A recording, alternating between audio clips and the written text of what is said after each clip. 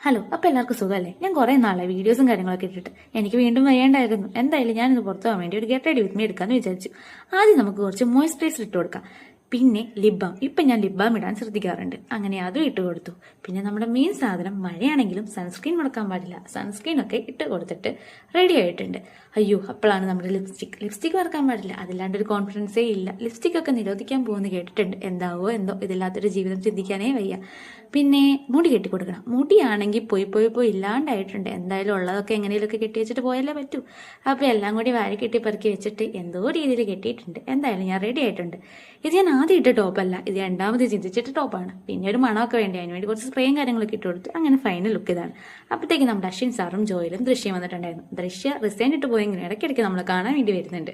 ഇവരുടെയൊക്കെ കൂടെ സ്പെൻഡ് ചെയ്യുന്നതാണ് എൻ്റെ ഇപ്പോൾ ഉള്ള ഏറ്റവും വലിയ ഹാപ്പി ടൈം എന്ന് പറയുന്നത്. ഞാൻ എത്ര വിഷമിച്ചിരുന്നാലും ഇവരുടെ കൂടെ പോയി കഴിഞ്ഞാൽ ഞാൻ ഓക്കെയാണ്. അങ്ങനെ ഞങ്ങളെല്ലാവരും കൂടി ജേഴ്സി തപ്പിയിട്ടാണ് പോയത്. കാരണം നമ്മൾ നാളെ ഓഫീസിൽ ഒരു പ്രോഗ്രാം ഉണ്ട്. അങ്ങനെ ഞങ്ങൾ ജേഴ്സി ഒക്കെ തപ്പി ആദ്യം ഡെക്കാത്തലൺ പോയി, പിന്നെ അവിടെ നിന്ന് നേരെ സെൻട്രൽ സ്ക്വയർ മാളിൽ പോയി. അങ്ങനെ തപ്പി ലാസ്റ്റ് ജേഴ്സി ഒക്കെ ഒപ്പിച്ചിട്ടുണ്ട്.